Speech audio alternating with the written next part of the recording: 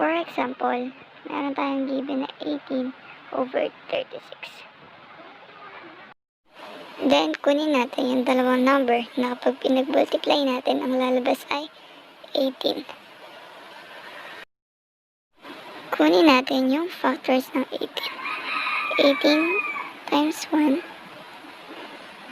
6 times 3, and 9, 2. So, 9 times 2 equals 18, 6 times 3 equals 18, 18 times 1 equals 18. So, sa 36 naman tayo, kunin natin yung factors niya o yung dalawang number na kapag pinag-multiply natin, ang sagot ay 36. 6, tsaka 6, 36 and 1, 18 and 2, and 9 and 4. So, ang kukunin natin dyan ay yung number na pinakamataas na para hindi na tayo mag-lowest term. So, yung 18 at 1 at 18 and 2. So, lagay na natin siya dito sa taas. So, 18 times 1 tsaka 18 times 2. Cancel lang natin si 18. Matitira ay 1/2. So, si 1/2 na yung ating simplified form.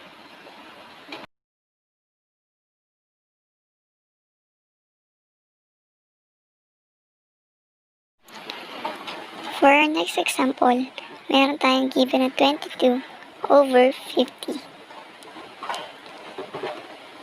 So, dahil alam na natin yung factors ni 22 at ni 50, ilalagay na natin siya ng diretso. 2 times 11 over 2 times 25. Cancel natin si 2. Matitira na lang ay 11 over 25. Ito na yung ating simplified form.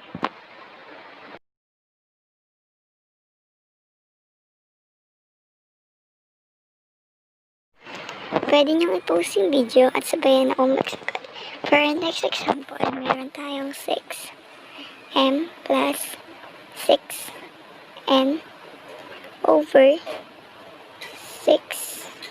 6b minus 6s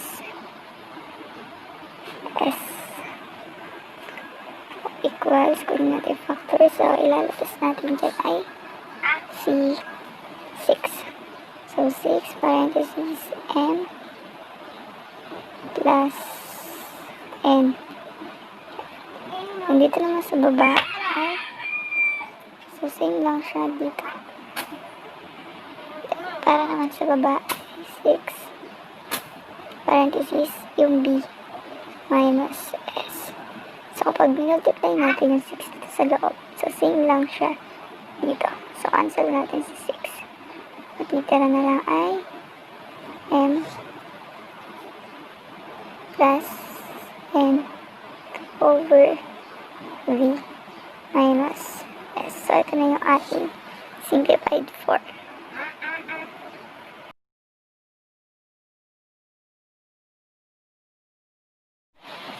For our next example, meron naman tayong given na x squared minus 16 over x plus 4. Kunin natin dyan yung factor ni x squared minus 16. Yung sa denominator ay wala tayong babaguhin dito. So, ang problema lang natin ay si x squared minus 16. So, kunin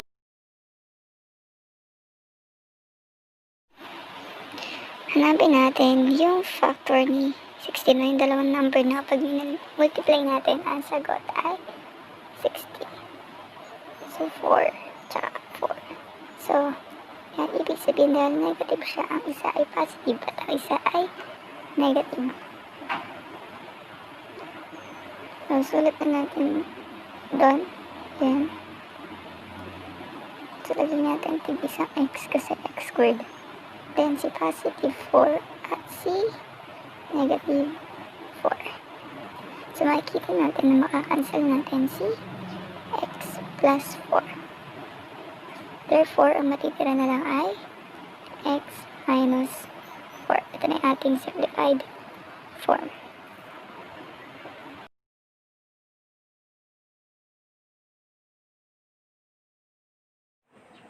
For our last example, meron tayong given na x squared plus x minus 2 over x squared plus 5 x minus 6. So, kukunin natin yung factors niyang dalawa. So, kunin muna natin yung sa x squared plus x minus 2. O dahil x squared, alam natin na tig isang x yan. So, yan. X. Tsaka x. So, negative 2. Ibig sabihin ko natin yun, dalawang number na kapag pinag-multiply natin, sagot ay 2. So, 2 at 1. Dahil positive yung x. So, ang lalagay natin dito ay yung mataas. So, si 2. Ang lalagay natin dito sa una. Yan, positive 2 at si negative 1 dito. Then, para naman dito sa baba ay lagay ulit natin tig-isa x. So, x tsaka x. Then, 6 naman. So, ibig sabihin ay 6 times 1. Then, dahil positive 5 siya. So, dito natin lalagay si positive 6. Then, sa isa naman ay si negative 1. So, makikita natin na makakancel natin si x minus 1 dito. Yan, makakancel natin yan.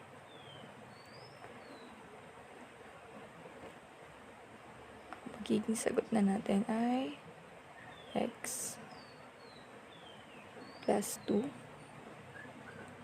and x plus 6. Ito na yung ating sagot.